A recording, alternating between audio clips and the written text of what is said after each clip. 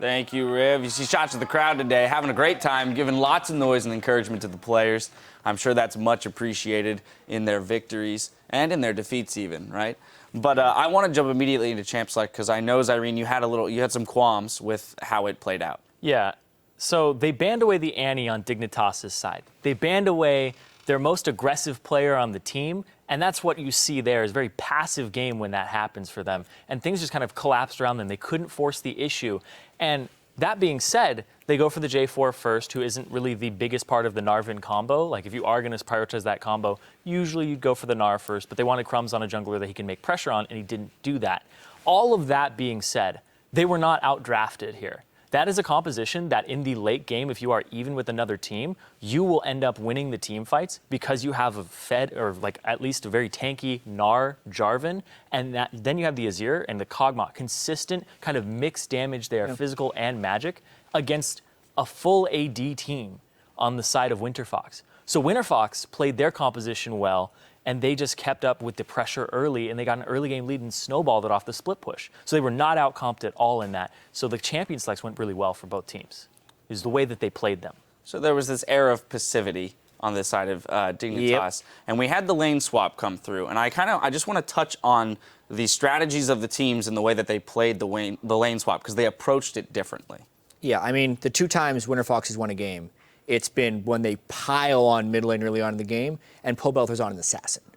That is clearly the strategy that they should be doing when they don't have their full team. Pobelter mentioned in the interview, Paragon their coach, and Imagine their support, and really their entire communication structure is not in place yet. So the fact that this team is 2-2 is quite an accomplishment, honestly, with the way they've been in shambles. But I think some of the real story here is how hopeless Dignitas has been looking.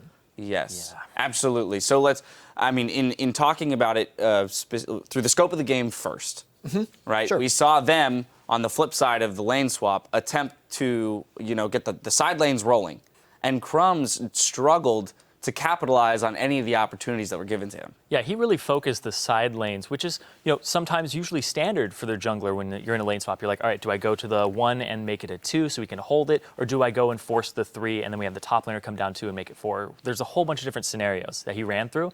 And the one that Helios picked was get Pobelter fed, and Crumbs was not there to make something happen as a counter. He wasn't on his counter ganking style today. He was trying to make pressure, and then he was completely punished for it. He went bottom, didn't get a Cataclysm off, then went middle, and then he used his Cataclysm, didn't even get a flash for it out of Pobelter because it was already that snowball started.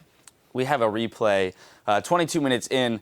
It's kind of the attempt from Dignitas to regroup and say, okay, this is what our composition is supposed to do. Let's effort that now. It's perhaps a little bit too late. We're going to pull it up on your screen right now. We're going to walk through it just because the decision-making here seem to be, they're just a step behind. They are not on the same page at all. If you look at where Kog'Maw is, you would hope that he's on the other team because he's way too far back right now. Way too far forward right now for where he needs to be. Just roll the clip because this is literally just a clip of poor JJ getting caught. They do not have vision in the flanks. So why is he harassing a support on the enemy team? He immediately gets flanked. The fight is over as soon as Zed is able to cast ultimate on him from a free run.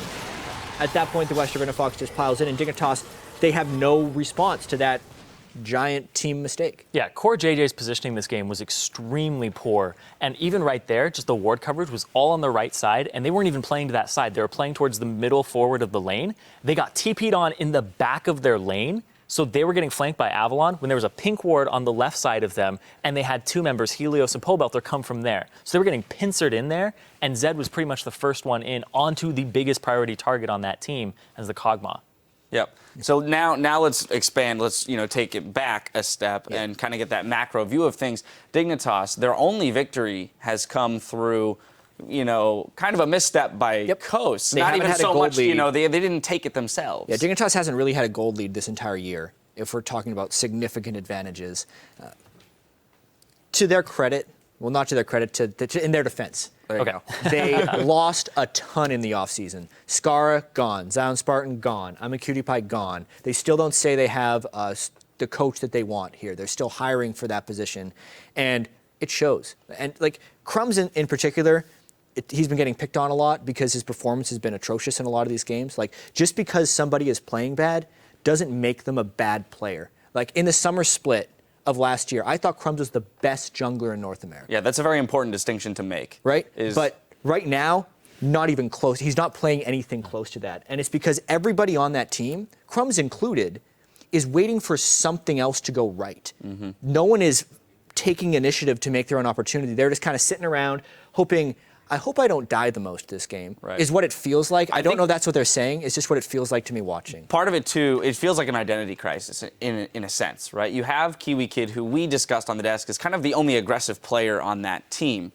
They took him off of his aggressive champion, so he's struggling there in terms of finding his identity as a player now within this team. But then as a whole, the organization, Dignitas, what is their play style? How are they going to win these games? And it's not evident to me in their games what it is. They've got Shifter in the mid lane. Hope something goes right. Like, that's what you were saying. Well, that's the entire never been time. part of Shifter's strategy. And honestly, like, Dignitas needs to recognize that in a sense. In his play, he's not someone who makes solo plays. Shifter's style can work, and we've seen it work in the earlier split from Dignitas in the summer of 2014, and we've seen it even in certain games on Coast. He's great at sitting at the back of fights and picking people off, but that requires incredibly aggressive support, top lane, and jungle play for that to happen. And it's just not happening. Yeah, you have to have somebody else force the issue. And everybody is playing really passive on that team right now. The bottom lane, I don't know if they're not synergizing well at all. Crumbs is trying to like desperately make things happen, but then when he actually gets the opening, he doesn't fully commit to it. And sometimes he's using like Flash way too early. He's not using Cataclysm on the right targets. It's really easy to pick on him. But the thing is he is in a situation where he has to force things, but if he forces it, is everybody going to be there to back him up yet? I don't know if they have that trust yet completely. Yeah. To wrap it up from my end, like, I don't want to say it's hopeless for Dignitas. Oh, absolutely not. They've lost a lot and things aren't going well. But it's 4 games and an 18-game split. We'll see if they can turn it around. Right. On the other side of the rift, though, Winterfox, just to kind of wrap up on them as well, because we focused a lot on Winterfox. As you said, we've already given them credit for going 2-2 with an uncompleted roster and a lack of coach. This bodes well for a young team that, is definitely looking, Pobelter hinted at, they're looking to shoot for that title in the summer split. Yeah, I think that this team can definitely come together. They've showed that they can kind of play off of each other, and the fact that they're speaking, 2 languages on that team at the moment is actually working out fine for them against this Dignitas squad. They're able to capitalize on things, force the issue, play their style. They are a team that has a pretty distinct style. Altec's going to farm. He's going to be their backup carry if Pobelter doesn't get online from ganks from Helios, right? It's pretty formulaic. And right now, Avalon, he seemed much more comfortable on a top lane tank that can get into a fight and not have to worry about getting bullied and just completely shut down. So I think that'll function really well for them if they keep playing to that strength. All right, well, there is more league action coming up, continuing with TSM versus Team Liquid in our 3rd match of the day. So don't go anywhere.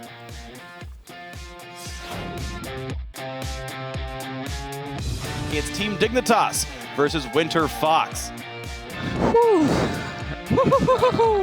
Let's go. Here comes Avalon from the back. Sivir ulti popped as well. He's going to lock up Core JJ. There's a tornado as well. First kill picked up for Pobelter. Core JJ at the front line. Ulti's popped. Core JJ. He's going to be a really low health Kog'Maw. Pop. Down he goes. I kill Nami. Okay, you kill Nami. Okay, I kill Nami. Okay, I'm watching Kog'Maw. Kog'Maw. Okay, go Kog'Maw. Okay. Nice. That is GG. Winterfox putting themselves 2-2